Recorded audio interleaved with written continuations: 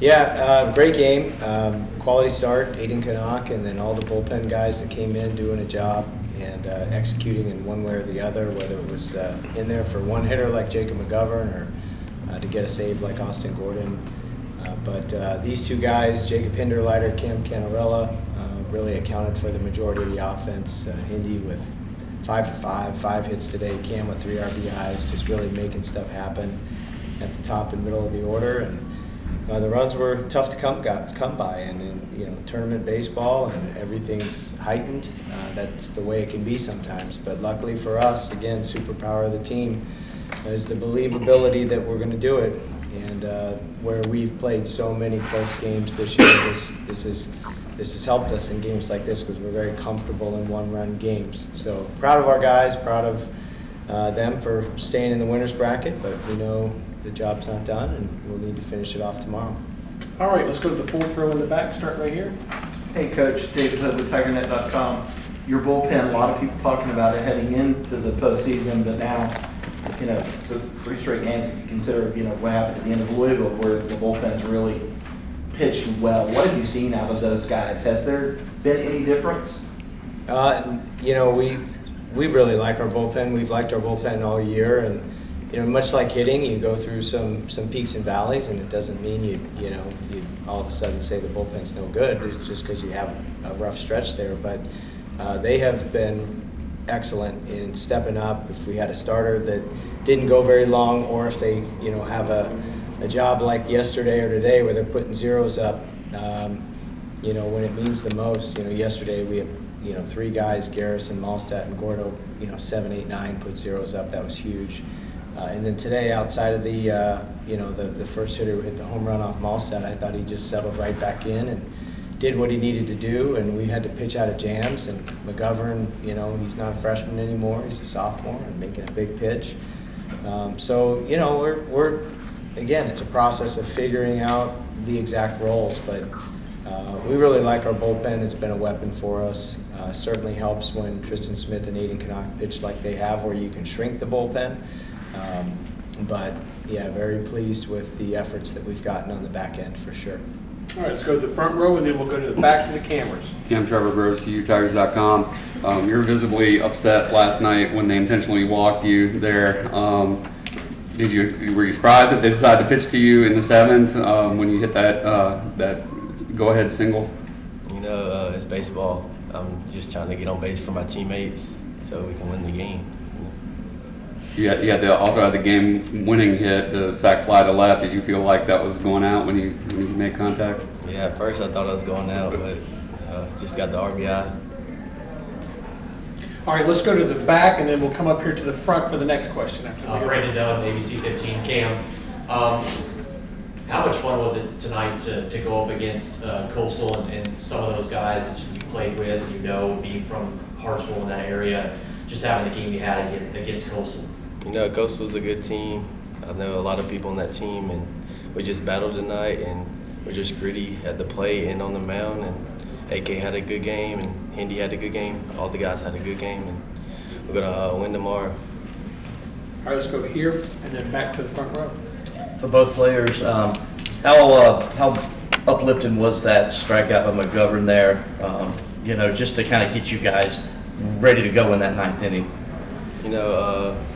It was a tie ball game, and the crowd was getting into it. It was 2-strike count, and he threw the curveball, and everybody got wild. And like EB said, the crowd's the 10th man, and that's what we needed. All right, we're going to take the next 2 questions on the front row. We'll begin here, and then we're going to go here. Coach Trevor Gross, Tigers.com. Take us through that crazy 6th inning. They score the run on it looked like Aiden made the same mistake that the High Point pitcher made last night, trying to scoop it home. But then you got a little momentum turn, when you got the double play by Purify. So that seemed to shift momentum a little bit back your way. That was a wild play, and that was an unbelievable play by Hindy. We thought he was going to get the out at first, and then he kind of went no look to Purify, who made a great catch and good job to secure the ball. And I don't know if many people are going to win that race trying to outrun Jeremy Purify. Maybe you might be a good race, but we knew he was going to run him down, and Even JP had that look in his eye, and he was not going to give the ball up. He was going to chase him down. But that was a big play, big moment in the game. Runner on third, and to escape. And there were so many jams like that. That the sixth inning, but it seemed like throughout the game, where just a bounce here or a loop here or anything could have changed the outcome. So. It was a big play, great play by Indy, though, to initiate the start of that. I was going to follow up with that and ask you if your heart was in your throat a little bit when you saw him try to make that glove flip. I mean, right after Aiden did it unsuccessfully. Yeah, your instinct is to start to yell no, and then you're like, okay, yeah, good play, good job.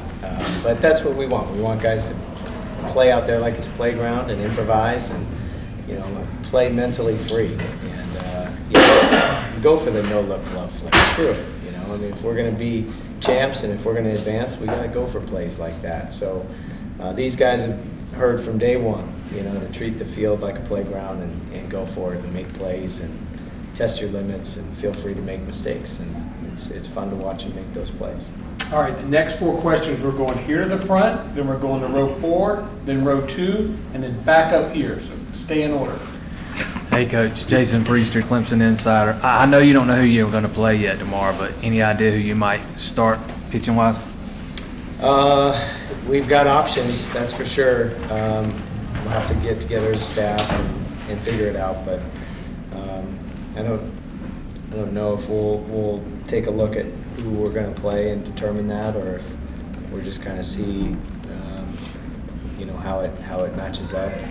But we have options, guys who started for us in the past, whether it's Darden or Barlow or Ren McGovern back out there or someone else. But feel good about who we're going to throw, and then feel good that our offense is going to take a breath and come out.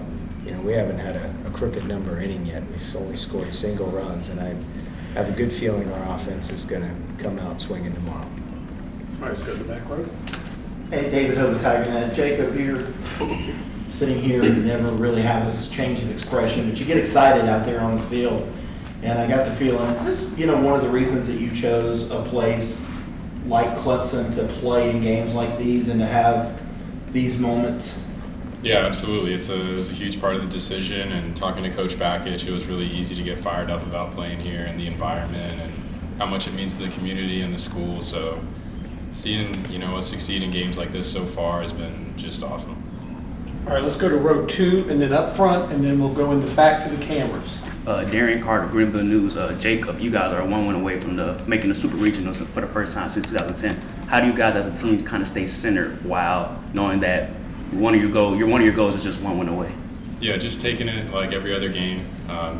We've approached the first game of the season the same way we're going to approach tomorrow, and we just know that we need to compete hard and play loose and have fun, and that's when we're at our best.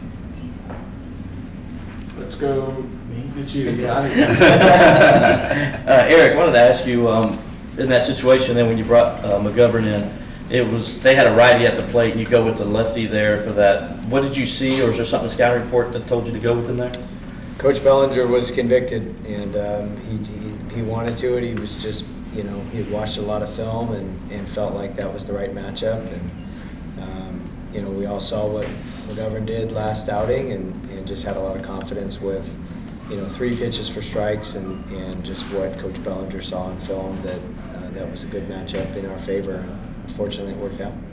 All right, the next 2 questions are going to the cameras. We'll start with WYFF.